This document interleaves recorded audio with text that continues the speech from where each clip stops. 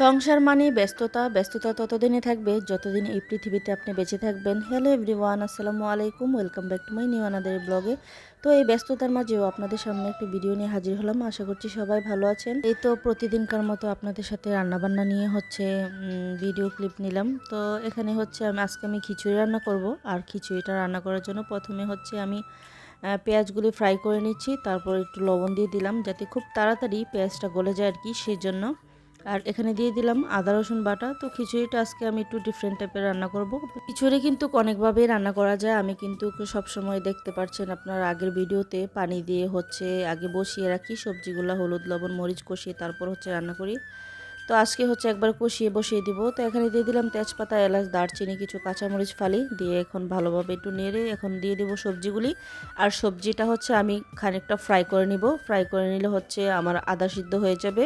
তারপর পোলাও চাল যেহেতু আমি দেব এখানে অ্যাড করব সবজিটার মধ্যে। তো আজকে আমি খিচুড়িটা রান্না করব পোলাওর চাল দিয়ে। তো পোলাওর চাল যেহেতু খুব একটা সময় লাগে না সেদ্ধ হতে, সেই জন্য হচ্ছে আমি আগে সবজিটা ফ্রাই করে নিচ্ছি। তো এখানে হচ্ছে আমি মিষ্টি কুমড়া নিয়েছি, আলু নিয়েছি, গাজর, তারপর হচ্ছে পেঁয়াজ কুলি দিলাম এখানে, আর টমেটো দিলাম আর আলু। তো এইগুলো দিয়ে হচ্ছে রান্না করব সবজি খিচুড়ি আর কি, যা বাসায় সবজি ছিল তা দিয়ে রান্না করব। আর এখানে হচ্ছে আমার হাতে 3 মুঠ হচ্ছে চাল নিয়েছি, 3 মুঠো ডাল নিয়েছি। তো হচ্ছে সমান সমান চাল এবং ডালটা ব্যালেন্স করে হচ্ছে আমি রান্নাটা করব। আর চাল ডালের পরিমাণটা সমান হলে খেতে ভালো লাগে খিচুড়িটা। তো এখন পাশের চুলা থেকে গরম পানি হচ্ছে করে রেখেছিলাম, সেটা ঢেলে দিলাম। আর এখন দিয়ে দিলাম গরম মশলা।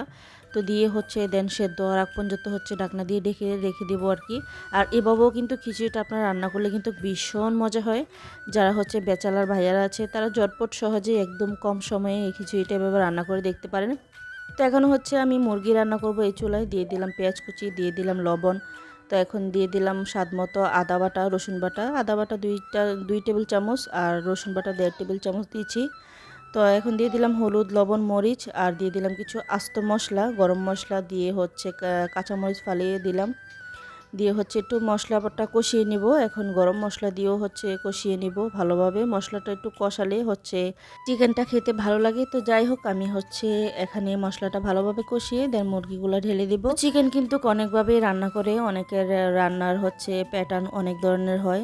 সব মানুষের হচ্ছে ভিন্ন ভিন্ন টাইপের রান্না করে, যেহেতু মানুষ আলাদা, সবার টেস্ট অনুযায়ী সবাই সেরকমই রান্না করে, এটাই স্বাভাবিক। তো আমি আমার মতো রান্না করছি আর মূলত সেটাই আপনাদের সাথে শেয়ার করতেছি। তো এখন হচ্ছে আমি খিচুড়িটা একটু গুটনি দিয়ে হচ্ছে গুটে নিচ্ছি যাতে সবজিগুলো হচ্ছে আদা ভাঙ্গা হয়ে যায় আর আস্তে আস্তে থাকে হালকা পরিমাণ।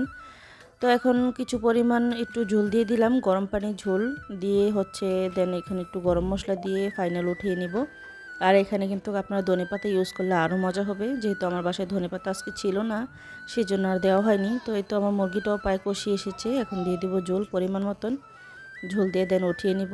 আর এই তো এখানে হচ্ছে আমরা খিচুড়ি পাই রেডি। খিচুড়িটা কিন্তু খেতেও মাশাল্লাহ অনেক মজা হয়েছিল। তো এখানে হচ্ছে আমি রান্না বান্না শেষ, যেহেতু এটা শুক্রবারের ভিডিও, তো শুক্রবার যেহেতু খুব আর্লি হচ্ছে আজান দিয়ে ফেলে। তো এখানে হচ্ছে আমি এখন রুম গুছানোর পালা। রুম হচ্ছে আজকে ক্লিন করে নেই, আজকে হচ্ছে তাড়াহুড়া করে রান্না আগে ঢুকলাম, তারপর রান্না শেষে এখন হচ্ছে ঘরদোর গুছাবো। তো এই তো বাচ্চারা থাকলে বাসার যা অবস্থা হয় আর কি, একদম চারিপাশে একদম ময়লা ফেলে একাকার করে ফেলে। আর আমাদের তো মায়েদের কাজে একটা, বাচ্চারা নোংরা করবে আর আমরা পরিষ্কার করব। এটাই স্বাভাবিক, প্রত্যেকটা মায়েরই হচ্ছে এটাই কাজ থাকে আর কি, বাচ্চারা থাকলে যা হয়। তো ব্যস্ত থাকি সারাক্ষণ, বাহিরে বেশিরভাগ যেহেতু থাকা পড়ে, স্কুলে আনা নেওয়া করতে করতে আমার সারাদিন চলে যায় রান্নাবান্না করতে।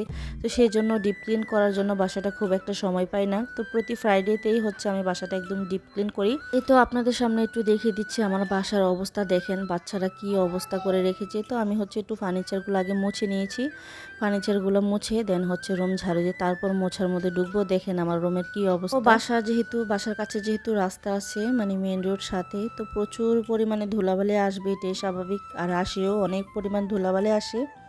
তো এই তো আমি হচ্ছে রুমগুলো হচ্ছে ক্লিন করে নিচ্ছি, প্রতিটা রুম একদম আনাচে কানাচে মুছে নিচ্ছি। আর আজকে হচ্ছে দাঁড়িয়ে মুছতেছি কারণ মাজায় প্রচণ্ড ব্যথা। তো দেখতে দেখতে একদম ভিডিওর একদম লাস্ট পর্যায়ে আসছি। তো আজকের মতো এখানে আপনাদের সাথে বিদায় নিচ্ছি, দেখা হবে নেক্সট কোনো ব্লগ নিয়ে হাজির হব যদি সময় পাই আর কি। আল্লাহ হাফিজ।